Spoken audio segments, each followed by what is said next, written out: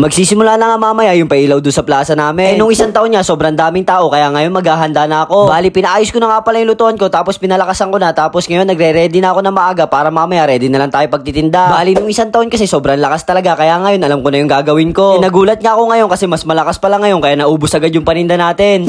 Hi mga kabadis, ako nga pala si Miko, hindi na estudyante at isa ng business owner. Bali, maaga nga pala akong gumising ngayon para mamili ng mga paninda ko. Magbe-bermans na nga, kaya mamaya nasisimulan yung pailaw dun sa plaza namin. Kaya naman ito, nagdoble na ako ng stock, gawa nung isang taon, naubusan agad tayo ng paninda. Bali, may malaking problema nga lang ako ngayon. Gawa kasi nung nagtinda tayo noong November 1, nasira yung lutuan ko. Gawa siguro sa sobrang gamit, tapos nabasa pa ng ulan, ito kinalawa. Kaya naman ito, agad-agaran ko ng pinaltan para mamaya malakas yung apoy natin, mabilis tayo makaluto. Ngayon ko na nga lang napagawa to kasi sobrang hirap makahanap ng parts ito, tapos sobrang busy ko na rin. Kaya naman ito, sobrang tuwa ko kasi napagawa ko na siya, wala na ako isipin para sa December. Next naman natin, dahil nag-uulan, papalagyan natin ng bubong yung motor natin pan-deliver. Sobrang hirap nga mag-deliver na walang pato ng ilaw, kaya naman papalagyan na rin natin ng bubong. Bali nadala na nga ako kasi lagi na lang ako nababasa ng ulan, kaya naman ito, nag-invest na lang ako ng ganto. Nakakatuwa lang kasi wala nga talaga akong kabasa-basa dito ba, tama-tama lang na bumili talaga ako nito. Pagkatapos ko ang gawin yung mga dapat natin gawin, ito nilabas ko na si Kabadis ka. Bali simula kasi ngayon, maaga ko na pinapasok yung mga kasama natin sa trabaho. Bali pinagpipirito ko na kasi sila na maaga, tapos pinagsasangag ko na para pagdating namin sa Ilaya, magtitinda na lang kami. Pagdating kasi namin sa Ilaya, marami na agad nakapila, tapos marami na agad naghihintay ng mga order nila. Bali ngayon nga, nagkaroon na kami ng pagbabago, kaya ngayon mas pinabilis na namin yung pagtitinda namin ngayon. Bali ang kulang na lang talaga pan-deliver, kaya natatagalan kami. Kaya naman ang gagawin ko, dalawang motor na yung pan-deliver namin para mas mapabilis yung pag-deliver namin sa inyo. At maya-maya nga lang, pagkatapos namin magayak, ito pa-Ilaya na kami. Nabasa na nga ako ng ulan, kaya ito nagpalit muna ako ng t-shirt kasi biglang uminit yung panahon. Buti na lang talaga, pinagbigyan kami, ngayon lang uminit yung panahon. Bali alas 4 pa nga lang, nandito na kami, mamaya pa naman yung ganap, mamaya pang alas 6. Mas maiging maaga tayo nakapagayak para mamaya bigay lang tayo ng bigay ng order pagdating ng mga tao. Maya-maya nga lang ito, biglang dumami na agad yung mga tao. Kaya nga maraming pila dito kasi mamaya doon sa loob ng plaza may mga libreng pagkain doon. Bali wala kasi mga rice mill doon, baka mamaya pag uwi ng mga tao dito sa akin dumaan. Kaya naman mas maiging mas marami na tayong prepare na pagkain kaysa naman maaga tayo maubusan ng mga pagkain. Habang nagagayak nga tayo, ito may mga nanonood pala ng mga vlog natin dito. Shoutout sa'yo, maya-maya nga lang ito, dumadami na yung tao kaya agad-agaran na ako maliligo nito. Baling daming pila na nga pagpaibaba ko. Kaya naman ito, pagkapaligo ko, agad-agaran na agad ako dito pumailaya. Alas 6 na kasi kaya ito magsisimula na rin agad yung program. Pagpailaya ko nga dito, ang dami na agad bumili sa atin, naubos na agad yung mga stock natin na ginawa doon sa ibaba. Di pa nga nagsisimula yung program, ito sobrang dami na agad nabili sa atin. Buti na lang talaga, luto na yung mga ginawa nating order, kaya ito bigay na lang tayo ng bigay. Maya-maya nga lang din, naubos na rin yung mga stock na ginawa namin, kaya ito nagpipirito na ulit kami at nag-aantay na ulit yung mga tao. Sobrang nagulat talaga ako na mauubos agad yung mga ginawa naming stock kanina. Habang may nakapila pa nga, ito may nagdagdag pa ng 15 orders, kaya naman ito nataranta na ako kasi sobrang daming order na sa amin. Bali kinakabahan na ako nito kasi baka mamaya maubos yung chowpan natin ginawa. Ang dami din kasi nag-extra rice, kaya nagulat ako na ubos agad yung kanin namin. Pasalamat na lang din talaga ako umabot yung kanin, tapos bago magsimula ng program nawala na rin yung mga order. May oras pa nga kami makapagsangag mamaya bago matapos yung program. Pagkatapos nga ng order, ito manonood lang tayo ng pailaw dito sa plaza. Nagulat nga ako kasi sobrang dami ng tao kahit medyo may naambon-ambon. Siyempre, shoutout nga pala natin itong mga nanonood sa atin. Maya-maya nga lang, ito nagsimula na yung pailaw dito sa amin.